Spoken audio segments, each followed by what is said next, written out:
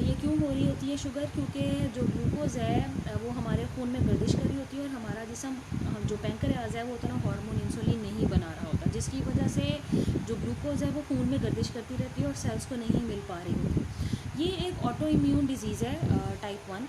Auto immune disease इस तरह से है कि हमारा जो अपना क़ुव्वत मुदाफ़त का निज़ाम है अगर हमारी ही बॉडी के ख़िलाफ़ लड़ना शुरू कर दे तो हम कहते हैं कि ये ऑटो इम्यून डिसऑर्डर हो गया। ऑटो इम्यून डिसऑर्डर्स भी आगे से कई तरह के हैं, जिसमें से कुछ आपने पढ़े थे, जैसे कि आर्थराइटिस जो है वो भी एक ऑटो इम्यून डिसऑर्डर ही है। तो इम्यून सिस्टम जो है ये बैकफायर करता है और ये एंटीबॉडीज़ बना देता है बॉडी के ही सेल्स के अगेंस्ट, जिसकी वजह से बॉडी के सेल्स जो है वो डिस्टर्ब होना शुरू हो जाते हैं। वैसे एक्सीडेंटली अगर किसी का इंसुलिन जो है वो डैमेज हो गया किसी एक्सीडेंट के दौरान, किसी इन्फेक्शन की वजह से, तब भी जो पैंक्रियाज है वो मुकम्मल तौर पर इंसुलिन बनाने के काबिल नहीं रहेगा और जो डायबिटीज़ टाइप 1 है वो बीमारी का शिकार हो जाएगा, या ट्यूमर फॉर्मेशन हो जाए तो भी ये प्रॉब्लम हो सकती है। इसके अलावा जो पैंक्रियाज है उसमें बीटा सेल्स होते हैं जो कि इंसुलिन पैदा करते हैं। अगर वो बीटा सेल्स ही डैमेज हो जाती हैं किसी भी अटैक की वजह से, मिसाल के तौर पर हमने अभी ऑटो इम्यून डिजीज़ की बात की, उसकी वजह से, तो भी ये जो बीमारी है ये पैदा हो जाएगी। Diabetes of type 1 must receive exogenous insulin to survive. अब अगर किसी को डायबिटीज़ टाइप 1 बीमारी है और उसको ज़िंदा रहना है तो उसको हम बायोटेक्नोलॉजी की मदद से लेबॉर्ट्रीज़ में सिंथेसाइज होने वाली जो इंसुलिन है वो शीशियों में अवेलेबल होती है, वो देते हैं और उसके इंजेक्शन जो हैं वो उस बीमार शख्स को मुसलसल लेने पड़ते हैं ताकि वो इंसुलिन जो कि उसके जिस्म में पूरी तरह नहीं बन रही उसकी कमी को पूरा कर सके। Progress is being made in understanding the genetic basis of this disease. The insulin gene is located on short arm of chromosome 11. तो इस सिलसिले में आपको बता रहे हैं कि ये जो जेनेटिक बेसिस इस डिज़ीज़ की है उसके बारे में कोशिश की जा रही है कि तलाश किया जाए आखिर क्या क्या वजूहात हैं, कौन कौन से जीन्स इन्वॉल्व है, किस तरह से वो अपना एक्शन शो करते हैं जिसकी वजह से ये बीमारी पैदा हो जाती है। क्योंकि शुगर को एक ऐसी बीमारी कहा जाता है कि ये तमाम बीमारियों की फसाद है, ये जड़ है। इसकी रीज़न ये है कि ये हार्ट को भी कमज़ोर कर देती है, ये हर ऑर्गन के ऊपर अपना एक्शन जो है वो नेगेटिव जो एक्शन है वो कर देती है, जिसकी वजह से आहिस्ता आहिस्ता ऑर्गन्स वीक होना शुरू हो जाते हैं। तो the insulin gene is located on short arm of chromosome 11। जो क्रोमोसोम 11 है उसका एक बाजू छोटा है जिसके ऊपर इंसुलिन पैदा करने का जीन मौजूद है। Polymorphism and genetic variation within this locus is responsible for diabetes type 1 susceptibility। अब ये जो अलील है ये कई तरह की शक्लों का हो सकता है जिसको हम कहते हैं कि ये पोलीमॉर्फिज़म शो करता है और इसमें अगर कहीं जेनेटिक वेरिएशन आ जाती है तो ज़ाहिरी बात है कि जो जीन है वो चेंज हो जाएगा, वो अबनॉर्मल जीन होगा और वो इंसुलिन नॉर्मल पैदा नहीं कर सकेगा, जिसकी वजह से लोगों को डायबिटीज़ टाइप 1 जो है वो ज़्यादा जल्दी होने का इम्कान है। ससेप्टेबिलिटी का यहाँ मतलब है कि ज़्यादा जल्दी ये चीज़ सामने आ सकती है। But today it is no more just a recessive single gene trait, rather it is a multifactorial inheritance associated with several alleles. अब आज ये बात मालूम हुई है कि ये एक सिंगल रिसेसिव जीन या ट्रेट नहीं है, बल्कि इसमें कई सारे फैक्टर्स, कई सारे जीन्स इन्वॉल्व है। अगर किसी चीज़ में, किसी डिज़ीज़ में, किसी करैक्टर में, ट्रेट में एक से ज़्यादा जीन्स इन्वॉल्व हो तो उसको मल्टीफैक्टोरियल या पॉलीजीनिक जो इनहेरिटेंस है उसको हम कंसीडर करते हैं, जिसमें इन्वायरमेंटल इन्फ्लुएंस भी थोड़ा सा शामिल हो जाता है कि मिसाल के तौर पर आप अपनी जो ग़िज़ा है उसको कितना बैलेंस रखते हैं और उसमें चीनी की मिक़दार या मीठे की मिक़दार जो है वो किस तरह से रखते हैं। अच्छा जी, अब हम बात करते हैं लेक्चर के दूसरे में डायबिटीज़ टाइप 2 के बारे में। Diabetes mellitus type 2 is a non insulin dependent. इसमें मुसलसल इंसुलिन के इंजेक्शंस नहीं लेने पड़ते, इसीलिए इसको नॉन इंसुलिन डिपेंडेंट कहते हैं। It accounts for 90% of all the diabetic patient. ये जो डायबिटिक पेशेंट दुनिया भर में पाए जाते हैं, अगर हम उनको 100% कंसीडर कर लेते हैं तो 100 में से 90% को असल में टाइप 2 की बीमारी होती है और ये उम्र के साथ जो है यानी 40 ईयर्स के बाद से ये कभी भी हो सकती है। So these persons produce some endogenous insulin themselves, but their body cells generally fail to respond to insulin and cannot take up glucose from blood. अब इन जो पेशेंट्स की बात हो रही है इनमें ग्लूकोज भी है और इनमें इंसुलिन भी बन रही है, लेकिन वो ग्लूकोज को पिक करके सेल्स तक नहीं पहुंचा रही और वो बॉडी को सही से रिस्पॉन्स पैदा नहीं कर रही।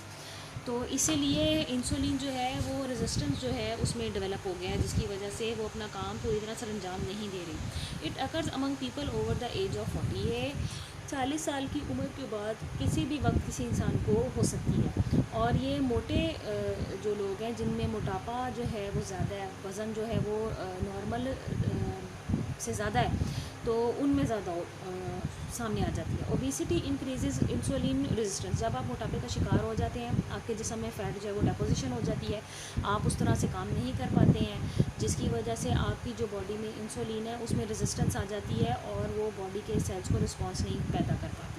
So, as exercise reduces obesity, it indirectly increases insulin sensitivity and improves glucose tolerance. तो जब आप एक्सरसाइज नहीं करते हैं, मोटापा बढ़ता चला जाता है, इसकी वजह से इनडायरेक्ट इफेक्ट होता है इंसुलिन के ऊपर, जिसकी सेंसिटिविटी बढ़ जाती है और वो रिस्पॉन्स नहीं कर पाती, और ग्लूकोज की जो टॉलरेंस है उसकी इम्प्रूवमेंट हो जाती है, जिसकी वजह से ग्लूकोज जो है वो हाई रहने लगती है खून में, और जब उसको कोई रास्ता नहीं मिलता तो वो यूरिन के साथ खारिज होना शुरू हो जाती है और किडनी पे भी अपना इफेक्ट जो है वो शो कर देती है। So there definitely exist a genetic component in the form of an underlying tendency to develop diabetes under certain environmental condition. कुछ मखसूस एनवायरमेंटल कंडीशंस को तो हमने देख लिया कि आपका लाइफस्टाइल कैसा है, आपकी बैलेंस डाइट है या नहीं है, और उम्र का भी, और अगर तो जीन्स जो हैं वो बीमारी वाले हैं जो एक फैमिली में मुंतकिल होते चले जा रहे हैं, तो डायबिटीज़ जो है हमें वो ज़्यादा नज़र आएगी। तो ये सारी बातें जो हैं वो डायबिटीज़ को एनहेंस कराती हैं। About 2 to 5% of type 2 diabetics get the disease early in life before 25 years of as.